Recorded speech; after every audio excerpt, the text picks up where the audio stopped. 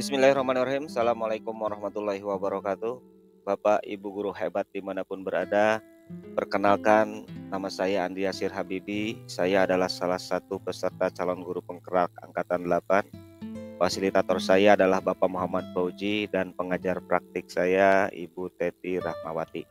Pada kesempatan kali ini saya ingin menyampaikan tentang koneksi antar materi modul 1.4, keterkaitan konsep budaya positif dengan materi pada modul 1.1, 1.2, dan 1.3. Koneksi antar budaya positif dengan 1.3 yaitu visi guru penggerak, kemudian dengan 1.2 yaitu nilai-nilai dan peran guru penggerak, serta materi pada 1.1 yaitu refleksi filosofi pendidikan nasional Ki Hajar Dewantara. Saya akan mencoba menyembuhkan mengenai peran saya dalam menciptakan budaya positif di sekolah dengan menerapkan konsep-konsep inti seperti yang dibahas di dalam modul 1.4. Di antaranya adalah disiplin positif, motivasi perilaku manusia, posisi kontrol restitusi, keyakinan sekolah atau kelas, segitiga restitusi, dan keterkaitannya dengan materi sebelumnya yaitu tentang filosofi pendidikan nasional, nilai dan peran guru penggerak, serta visi misi guru penggerak. Saya ingin menggarisbawahi bahwa materi di setiap modul memiliki keterkaitan yang erat. Yang pertama, setiap materi itu memiliki keberpihakan dengan murid. Kemudian yang kedua, dari satu materi dengan materi yang lainnya itu secara runut dibahas dan memiliki keterkaitan yang erat. Di dalam modul 1.1, kita diperkenalkan dengan filosofi pendidikan nasional Ki Hajar Dewantara, di mana beliau mengungkapkan bahwa ada perbedaan antara mendidik dengan mengajar. Dan murid bukanlah kertas putih yang bisa dibentuk oleh guru, tetapi murid diibaratkan sebagai garis-garis yang samar, kemudian guru membantu untuk memperjelas garis tersebut. Beliau mengumpamakan bahwa pendidikan itu seperti halnya petani yang mengurusi tanamannya agar tumbuhan tersebut bisa tumbuh secara maksimal. Begitu pula kita sebagai guru memiliki kewajiban untuk menjaga, membimbing, menuntun dan mendorong murid agar murid bisa tumbuh, berkembang dan mencapai sesuatu yang diinginkannya secara maksimal. Kemudian kita beranjak kepada materi yang ada di modul 1.2. Di sana kita diperkenalkan dengan nilai dan peran guru penggerak. Di sana juga dibahas mengenai bagaimana kita memotivasi murid ya. Dan mengenai hal itu menumbuhkan motivasi intrinsik akan dibahas juga di dalam modul 1.4 atau diperjelas juga di dalam modul 1.4. Tentu saja ini adalah indikasi bahwa antara modul 1.2 memiliki keterkaitan yang erat dengan modul 1.4. Di dalam modul 1.3 kita diberikan materi tentang bagaimana kita memimpin perubahan positif dan bagaimana kita mengelola perubahan positif. Kita dibimbing untuk mengaplikasikan paradigma inquiry apresiatif. Di dalam modul 1.3 kita dituntun untuk membuat visi dan misi serta prakarsa perubahan.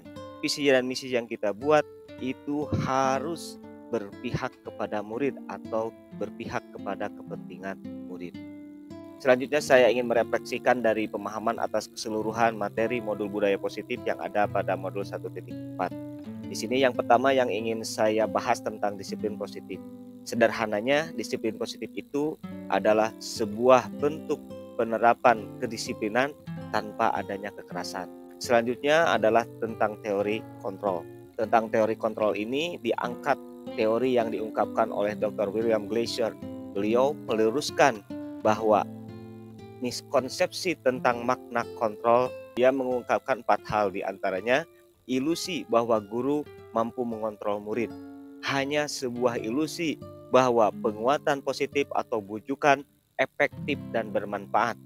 Kemudian beliau juga meluruskan bahwa kritik atau membuat orang bersalah dapat menguatkan karakter. Kemudian yang terakhir, hanya sebuah ilusi bahwa orang dewasa memiliki hak untuk memaksa. Kemudian yang selanjutnya adalah pembahasan tentang teori motivasi. Di dalam modul ini diangkat teori yang diungkapkan oleh Diane Garson. Beliau mengungkapkan bahwa setidaknya ada 3 motivasi perilaku manusia. Yang pertama adalah untuk menghindari ketidaknyamanan atau hukuman. Yang kedua, untuk mendapatkan imbalan atau penghargaan dari orang lain. Kemudian yang ketiga adalah untuk menjadi orang yang mereka inginkan dan menghargai diri sendiri dengan nilai-nilai yang mereka percaya. Kemudian mengenai posisi kontrol guru masih diangkat dari teori yang diungkapkan oleh Diane Garson bahwa ada 5 posisi kontrol guru. Di antaranya adalah posisi guru sebagai penghukum, kemudian guru sebagai pembuat merasa bersalah, kemudian guru sebagai teman, guru sebagai pemantau, dan yang terakhir adalah guru sebagai manajer. Posisi kontrol guru yang terbaik adalah posisi guru sebagai manajer. Uraian selanjutnya yaitu tentang kebutuhan dasar manusia. Pembahasan ini sepintas telah dibahas pada modul 1.2. Di sini diungkapkan bahwa 5 dasar kebutuhan manusia. Kemudian yang selanjutnya adalah tentang keyakinan kelas. Keyakinan kelas adalah sebuah bentuk penghargaan kepada murid.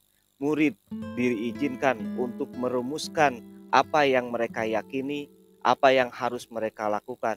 Dan di sini guru hanya sebatas sebagai fasilitator. Kemudian yang selanjutnya adalah tentang segitiga restitusi. Segitiga restitusi adalah proses menciptakan kondisi bagi murid untuk memperbaiki kesalahannya sehingga karakter mereka lebih kuat ketika kembali pada kelompoknya. Tentu saja ada perbedaan yang signifikan antara hukuman, konsekuensi, dan restitusi. Hukuman itu sifatnya satu arah dan hanya guru yang menentukan hukuman tersebut. Sementara konsekuensi itu bisa dua arah. Murid mengetahui apa yang akan mereka dapatkan ketika mereka membuat kesalahan. Hal yang menarik dalam modul ini yang sudah diuraikan tadi yaitu mengenai disiplin positif, kemudian kebutuhan dasar manusia, dan segitiga restitusi. Kemudian setelah mempelajari modul ini, tentu saja ada perubahan paradigma atau pemikiran yang ada di dalam pemikiran saya, bahwa selama ini apa yang saya lakukan, apa yang saya kerjakan ketika saya berada di sekolah ataupun di kelas itu dianggap yang terbaik. Ternyata masih banyak cara-cara yang terbaik. Ternyata masih banyak cara-cara terbaik untuk diterapkan di sekolah. Salah satunya adalah mengenai materi-materi yang dibahas pada modul 1.4 mengenai budaya positif. Saya pernah mengaplikasikan materi yang terkait pada modul 1.4, khususnya mengenai penerapan segitiga restitusi. Tentu saja, dan saya merasakan bahwa apa yang saya lakukan ketika melaksanakan penerapan segitiga restitusi itu sangat menyenangkan di saya dan juga pada siswa. Kemudian terkait dengan materi yang ada di dalam modul 1.4 mengenai posisi kontrol. Saya menerapkan posisi kontrol sebagai penghukum atau sebagai pembuat murid bersalah. Dan saya pikir itu adalah tindakan yang terbaik bagi saya. Ternyata tidak seperti itu. Masih ada posisi kontrol yang lebih baik untuk diterapkan. Di antaranya yang terbaik adalah posisi kontrol sebagai manajer. Di mana posisi kontrol sebagai manajer tentu saja memiliki keterkaitan erat dengan penerapan segitiga restitusi. Selanjutnya, ketika saya di sekolah ataupun di kelas, saya lebih senang atau saya senantiasa menerapkan tentang hukuman dan konsekuensi atau yang kita kenal dengan tata tertib. Saya belum memahami tentang keyakinan kelas dan saya sekarang memahami tentang keyakinan kelas dan itu sangat membantu bagi saya untuk menjalankan tugas saya selaku guru sehingga mampu menciptakan pembelajaran yang lebih menyenangkan, pembelajaran yang lebih nyaman bagi murid dan tentunya mampu merealisasikan tujuan dari pendidikan itu sendiri sebagaimana yang diinginkan oleh murid dan juga masyarakat. Ketika ditanya tentang perasaan saya ketika mengalami hal-hal tersebut atau penerapan-penerapan yang kurang tepat dalam mendidik, tentu saja saya sangat menyesal. Alangkah baiknya atau seandainya teori ini bisa saya pahami sebelumnya, tentu saja saya akan merasa puas. Ketika saya ditanya terkait pengalaman dalam penerapan konsep-konsep yang ada di dalam modul 1.4, Tentu saja saya tidak bisa menjawab hal ini karena saya belum sepenuhnya menerapkan tentang konsep yang ada pada modul 1.4. Namun yang jelas saya akan memperbaiki diri untuk menerapkan konsep yang ada di dalam 1.4 sehingga saya bisa menjadi guru yang baik. Terkait dengan pertanyaan nomor 5, sebelum mempelajari modul ini, saya sering menggunakan posisi kontrol sebagai penghukum atau pembuat merasa bersalah. Namun sayangnya saya belum bisa menerapkan posisi kontrol sebagai manajer berhubung dengan sekolah yang libur. Namun saya sudah membuat sebuah percontohan dan perasaan saya tentu saja sangat senang, siswa pun merasa senang. Mudah-mudahan ke depan saya diberikan waktu untuk mencoba posisi kontrol sebagai manajer dalam kenyataan di sekolah atau di kelas. Sebelum mempelajari modul ini, saya pernah menerapkan segitiga restitusi walaupun tidak sempurna. Nah, di dalam bahasa saya atau dalam bahasa daerah saya, itu istilahnya adalah diangon dela atau digembalakan dulu. Jadi siswa terus diminta untuk mencurahkan apa yang dirasakannya, kemudian kami menanggapi dan merespon sehingga kondisi yang sering saya terapkan dari salah satu segitiga restitusi tersebut adalah tentang menstabilkan identitas. Terkait dengan pertanyaan nomor 7, selain konsep-konsep yang disampaikan dalam modul ini, tentu saja menurut saya ada hal yang penting untuk dipelajari dalam proses penciptaan budaya positif baik di lingkungan kelas maupun sekolah.